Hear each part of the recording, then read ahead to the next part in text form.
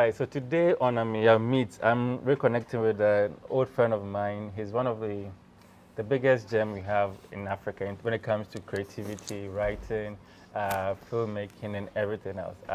He's in Ghana at the moment. I caught up briefly with him before he left, and so we're going to find out what he's doing here and more.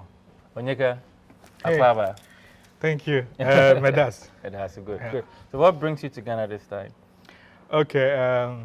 Anyway, hello. So I'm shooting an additional scene for my film, which is a biopic of E.T Mensah and his peers in the 50s. So how he came to play in Nigeria in 1958 and what E.T Mensah means to Nigerians. I don't know about Ghanaians, but E.T Mensah is the pioneer of highlife, and people like Flavor, they have grown to become what they are through the mystery of E.T Mensah. So anyone who could afford to bring E.T Mensah to Enugu in the 50s was really a rich man. So he's the son of the richest man in West Africa then, Nwelue Ojukwu.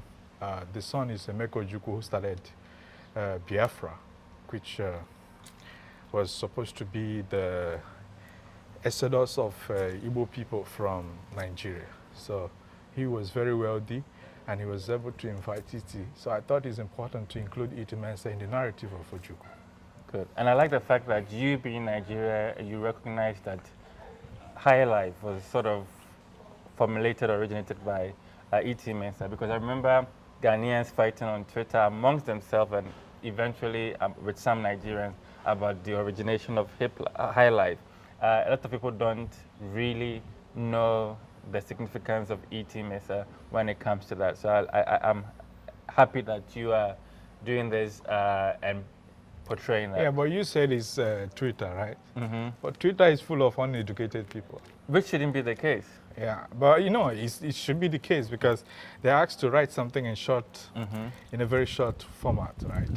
So they can't really... I'm saying that also because it's a place where a lot of information is consumed, and you either know you know, but it seems people don't know, and that is where the worry is. Yeah, no, my problem is, okay, there are books on E.T Mensah. There are books, real books, and there are also articles on how that started when he played for, you know, there is this song he played, Ghana Freedom.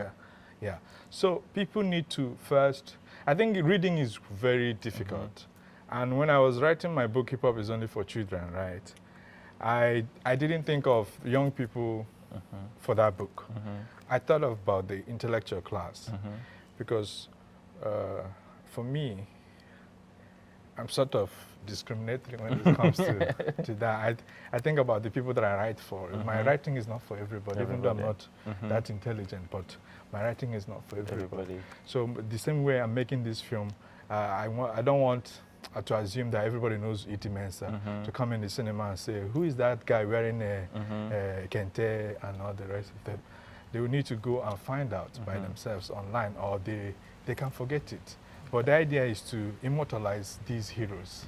And E.T remains, I think people should tell more stories about E.T Mensah. So who plays E.T Mensah? There is a Nigerian musician who had to do that. His name is Acharaman. He's also a musician, and he does highlife as well.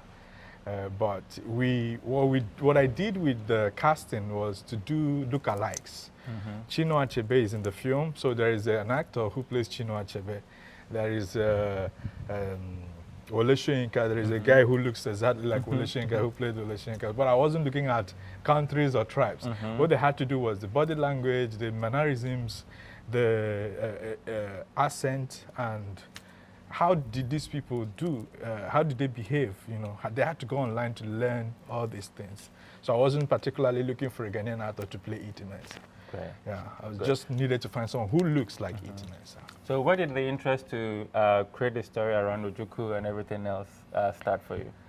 I teach in different universities, and most of my films, I use them to teach. So I was thinking that if I suddenly left documentary to make fictional films, it should also look like documentary. So a biopic is more like recreating what had happened in the past. So I have very much interest in history. I studied the history, sociology, and anthropology. So all my works are based on what had happened in the past, because I believe that we have to use the past to make projections for the future. So my interest lies in the past. In fact, I'm working on another biopic on Flora Nwapa, my aunt, who was the first female writer in Africa. And if I had access to people like Ameyaw, Ido, and the rest of them, I would have done a documentary on them as well. But getting access to some of these writers, like Atuku Okai, it was very difficult for me to track him down when I was in Accra before he died. All these people should have been filmed and documented, but some of them are very difficult people to deal with. Great. So, how far have you come with the project? And I've done. Let's say I've done 90%. I just have to finish I'm done with the Ghanaian part. I have to film the one at Harvard, where we're having Professor Henry Louis Gates narrate the story, and then we go to Toronto, and that's all. And then we do. In fact, we have done the first cut of the film, so now it's just to add those addendums, and that's all. And that's it. And when are you looking at releasing? October 1st, which is a very significant date. It's Nigeria's Independence Day. Good, good. Yeah. And it's going on it's a Netflix. It will go on Netflix. Good. So you're looking at the Independence Day release on Netflix. Yes. Great. And beyond this, what have Hopefully. beyond this, because we still have to review all of that. Beyond it, what have you been doing? Like you said, hinted, you've been teaching around the world, and when it comes to teaching and also doing film, which also is a way you can use to teach people, what are some of the differences? Which ones do you think in this modern setup works easily or better? I think visuals work better in this modern world because people are not interested in reading. It's very hard. In fact, I think that reading is elitist. It's for people who have money, whose mind. You don't have much to worry. So using a film to narrate documentaries to teach in class, it works better for me. Where when I started teaching, I'll bring films to show students and I'll bring alcohol as well. So they feel relaxed. In fact, one of my students from Royal Arts Academy in Lagos is the lead actor in this film. Okay. So I had to ignore all the noise about popular faces to ask him, dude, you can do this. And he delivered stellar performance. So, but I've been doing some other things. I have a new book coming out in 5 countries in June. It's called The Strangers of Braamfontein. You come to Johannesburg, so you know Braamfontein. Right? So it's the story of a Nigerian boy who comes to Johannesburg and goes into drugs, selling drugs and killing people to make life work. So it's coming out in Nigeria by Bookcraft. It's coming out in Canada already. There are reviews already online. And hopefully it will be made into a series. We are discussing with the Hollywood production company already. My agent has been discussing with them. So, and then I'm working with a couple of artists as well who do hip-hop music, who do highlife, many of them, and they need global recognition. So I'm just trying to be very, very busy since I'm not going to be a family man. Interesting. I mean, I remember working with you on the African Movie Academy. And I've been nominated twice for that as well. And looking at when we started, it's pretty much peaked when Nollywood was going through a phase. There was some sort of a new Nollywood. Looking back now and looking at players like Netflix all coming into picture, how do you describe that journey and what do you see in the future as well? I think now everybody, I think the quality has gotten better, right? The people are doing well,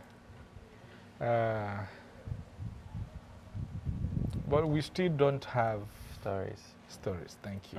We still don't have those stories. We're just repeating them.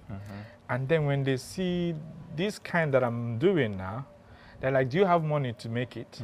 I'm saying, my problem is not about money.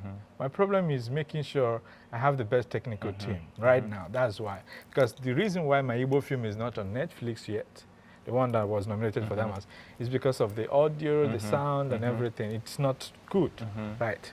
Because I took I could call it an amateur team, but I've learned now, and I've done it. I think what I have right now is stupendous. So I'm going to be able to keep getting better every day. And I think other Nollywood people or filmmakers from, it's Leila Jansi that I look up. I was in LA to her house when she prepared fufu for me, and we were discussing this actually about the quality of films that we make.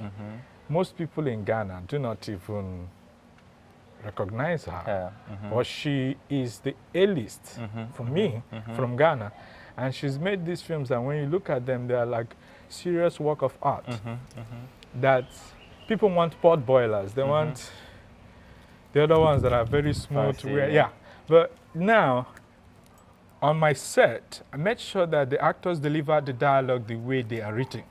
Not the way Nollywood actors come and then they say whatever they want to. No. The script supervisors made sure that every line is delivered the way it's written. So if you're reading the screenplay, it's exactly what the actors are saying on screen. Good. But they're not doing that. They have to do more of it. Well, it's been fantastic connecting with you. Thank you. All the very best. I can't wait to watch that. Same here, Mr. Vampire. You don't want to look old. It was a pleasure. We'll keep an eye out for this one. Thank you. So catch you same time, another time.